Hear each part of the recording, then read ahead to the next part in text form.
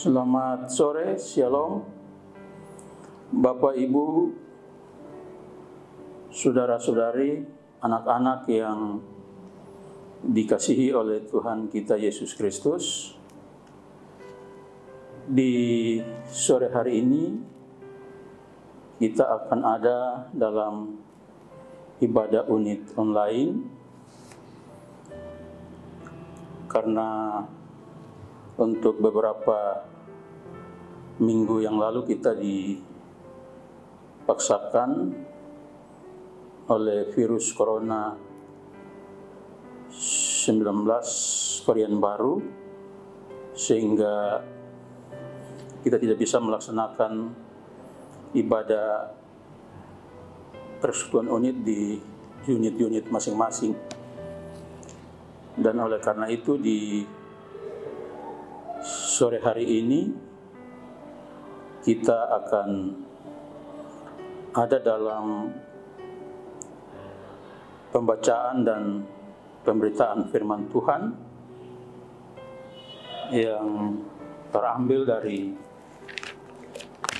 kitab Perjanjian Lama, Ayub pasal 12 ayat 12 dan ke-13. Tapi sebelum kita ada dalam pembacaan dan pemberitaan firman Tuhan, mari kita ada dalam doa memohon tuntunan Roh Kudus. Ya Tuhan Allah, Bapa dalam kerajaan sorga, Bapa di dalam anak-Mu Yesus Kristus yang adalah Tuhan dan Juru Selamat kami. Di sore hari ini lagi, kami akan ada dalam pembacaan dan pemberitaan firman Tuhan yang akan menjadi tuntunan untuk kami melaksanakan seluruh tugas dan tanggung jawab kami, tapi lebih khusus untuk memberi penguatan bagi umat-Mu di unit-unit masing-masing akibat dari virus corona yang mengancam dan membuat kami takut ya Tuhan. Oleh karena itu kami mohon Roh Allah yang kudus lewat hikmat-Mu itu Tuhan datang memberkati kami dalam pembacaan dan pemberitaan firman Tuhan di sore hari ini. Hanya di dalam nama Tuhan Yesus Kristus kami berdoa kepada Bapa dalam kerajaan sorga. Amin. Pembacaan firman Tuhan di sore hari ini terambil dari Ayub 12 pasal 12 dan 13. Ayub mengakui kekuasaan dan hikmat Allah. Konon hikmat ada pada orang yang tua dan pengertian pada orang yang lanjut umurnya. Tetapi pada Allah hikmat dan kekuatan, Dialah yang mempunyai pertimbangan dan pengertian. Demikianlah firman Tuhan.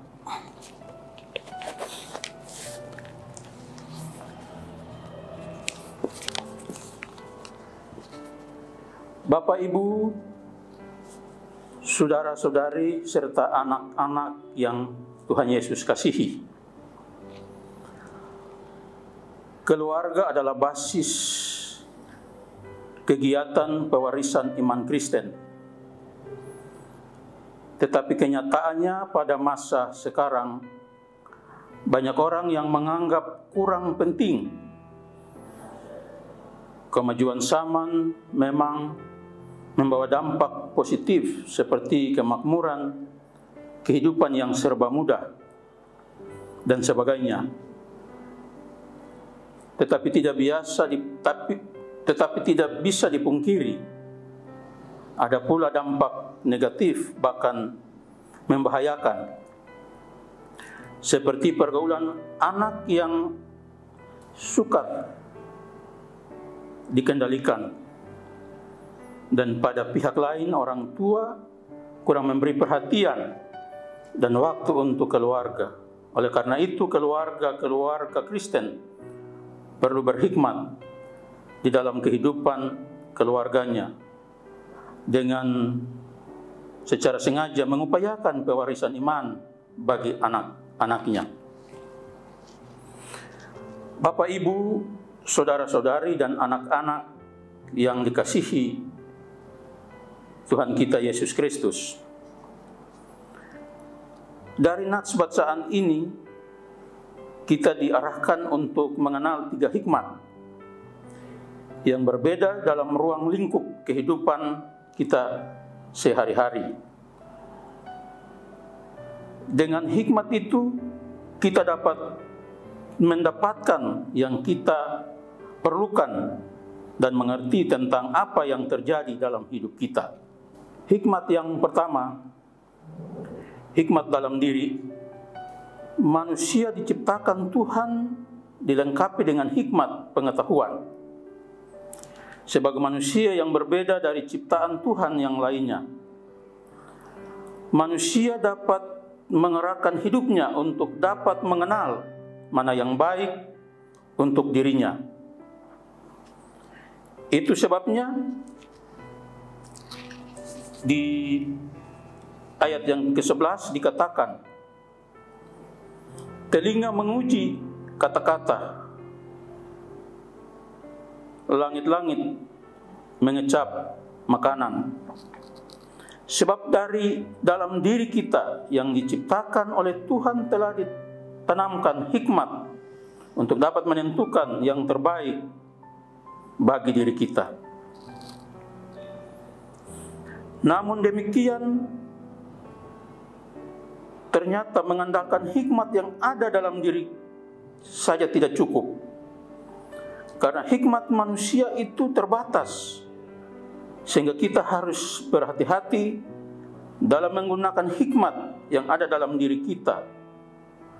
Jangan sampai kita menjadi orang yang tinggi hati.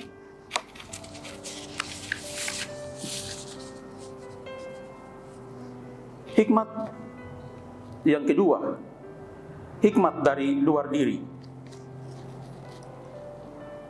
Supaya kita memiliki pengetahuan yang lebih dalam tentang kehidupan ini, maka kita memerlukan hikmat yang berasal dari luar diri kita.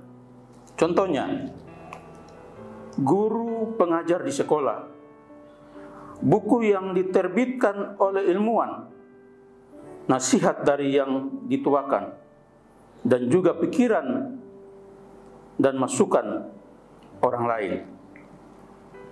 Itu sebabnya di ayat 12 kita dikatakan, hikmat ada pada orang yang tua, pengertian pada orang yang lanjut umurnya. Sebab kita bisa belajar dari orang yang sudah terlebih dahulu mengetahui tentang kehidupan ini. Dari mereka yang sudah terlebih dahulu belajar dan mengalami tentang apa yang terjadi dalam kehidupan. Namun ternyata kita tidak bisa hanya mengandalkan hikmat dunia ini. Sebab kita bisa saja dilemahkan oleh hikmat dunia ini. Sebab banyak hal dalam kehidupan ini yang tidak dapat dicapai oleh nalar dan pengetahuan manusia. Hal ini bisa kita lihat dari kejadian yang dialami oleh Ayub. Seharusnya sahabat-sahabatnya itu memberikan semangat supaya Ayub kuat menghadapi pergumulannya. Namun yang terjadi justru sahabatnya itu menghakimi Ayub. Dari sini dapat kita lihat bahwa jika hanya mengandalkan pikiran manusia, kita bisa saja tersesat. Bapak, Ibu, saudara-saudari, dan anak-anak yang Tuhan Yesus kasihi.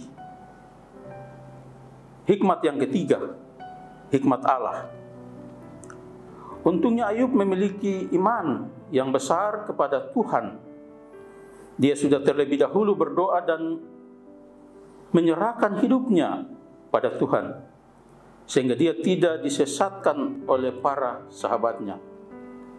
Dalam ayat yang ke-13 dikatakan, tetapi pada Allah hikmat dan kekuatan, dialah yang mempunyai pertimbangan dan pengertian. Yesus Kristus yang datang ke dunia adalah hikmat yang datang dari sorga.